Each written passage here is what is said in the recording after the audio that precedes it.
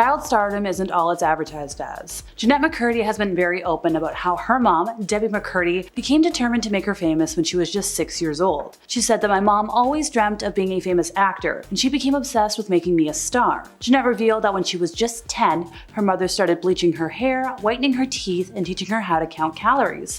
By the time she was cast in iCarly, she was struggling with eating disorders. Jennette's mother died of cancer in 2013, and Jennette actually went to therapy to help recover from her eating disorders in 2018. She stated, "I know if my mom were alive, I'd still have an eating disorder." Honey Boo Boo was all grown up, but her bank account has shrunk. During an episode of Mama June Family Crisis earlier this year, Alana, known as Honey Boo Boo, confronted her mother, Mama June, for draining the money she earned as a child star. Now this has all brought up labor laws from back in the Charlie Chaplin days. Now a teen, Alana catapulted into early reality TV fame back in the 2000s as a breakout star on the hit TLC show Toddlers and Tiaras. She revealed last year to ET that she would be attending Regis University in Denver after getting a $21,000 scholarship to pursue nursing. But almost a year into trying to fund her future education, Alana found her mother had allegedly siphoned some of the money she initially thought she could depend on. "Why was my money even being used or being touched?" she questioned her mom, referring to the money she earned from Honey Boo Boo, the TV show, and Dancing with the Stars. "What the F was you making a Coogan account for?" which is an account for child stars to keep their money safe.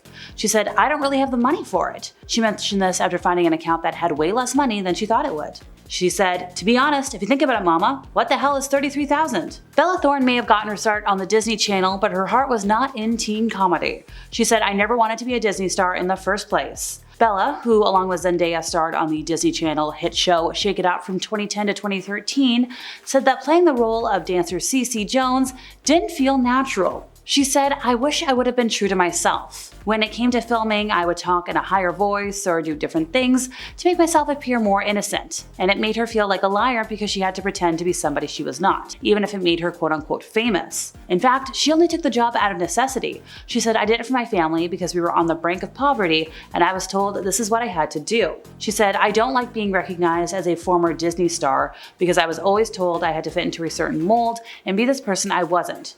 She said it was like being in a box. She admitted, "It's been hard for me to still be recognized in that light. People didn't want to see me. They didn't want me to grow up because they only saw me as a Disney Channel star. When everyone expects you to be perfect, falling short of those impossible standards gives people the wrong impression. I basically had to start from the bottom and work my way up again after Disney." Somewhere deep in the minds of Mary-Kate and Ashley Olsen is a distant memory of what it's like to not be famous.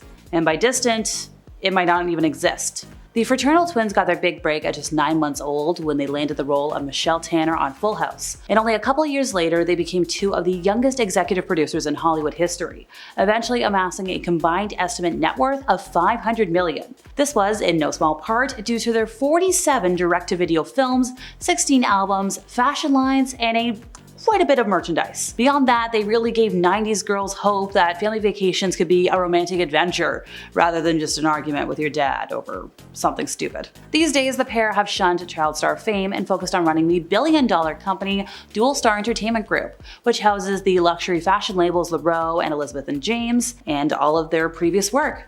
And hey, after a lifetime of being chased by paparazzi, can you really blame them? Shirley Temple's mother Gertrude started her in the entertainment industry when she was a toddler, and by the time Shirley was 12, she had starred in 44 films.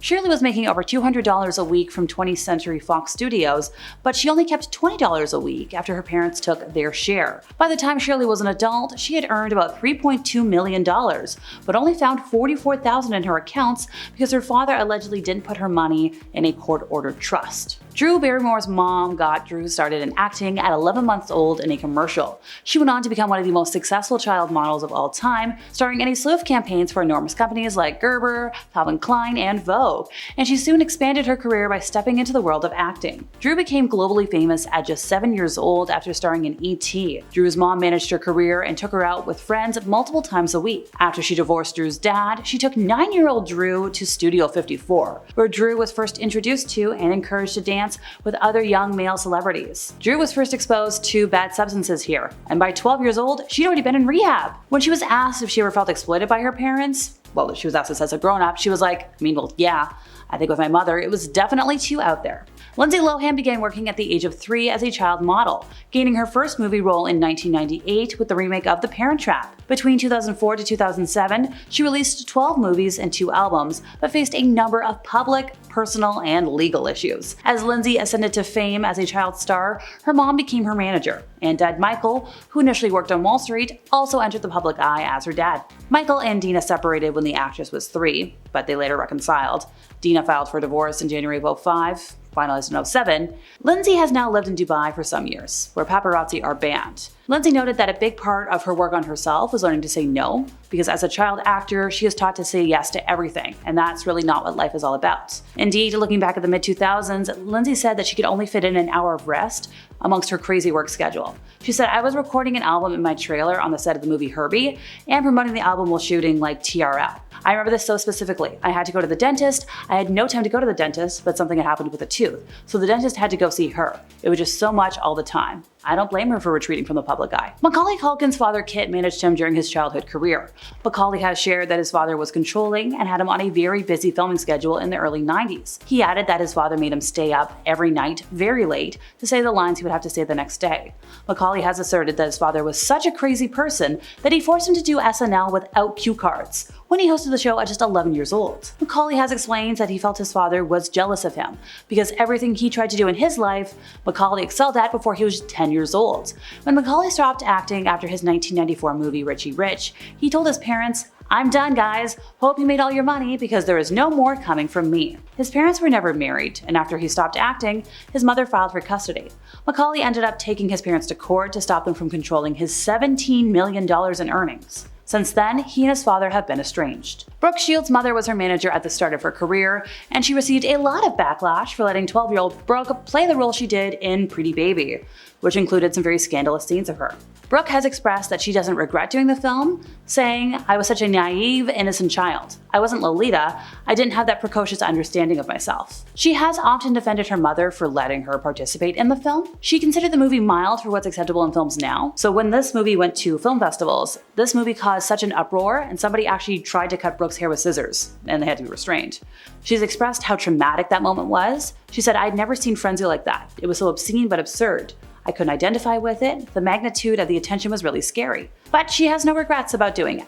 In 2018, when asked if she would let her daughters be in a movie like this, she said, "In this environment and with social media and the dangers on that level and being a mom now, looking at my offspring, I would not facilitate it." Judy Garland's mother made her start performing when she was only 2 years old. She sang and danced with her sisters before movie screenings at the local movie theater that her father owned. When Judy was 4, her mother moved with the family to California. And from the day they arrived in Lancaster, all the wonderful carefree fun and joy in the family began to vanish. According to Judy, suddenly mother decided we had to be stars. She started to drag us to any place someone important might see us. And by the time Judy was 7, she was performing with her siblings every night. She said, "The only time I felt wanted when I was a kid was when I was performing." Her daughter, Lorna Luft, told People magazine, "When you're the breadwinner and you're a child in this business, something is not right. You need a grounding to keep you normal, and my mother never had that. It was the 1930s, there was no help, there was no education, no facilities, and so it was a train on the road that ended very sadly." And that's all for today, folks. See ya!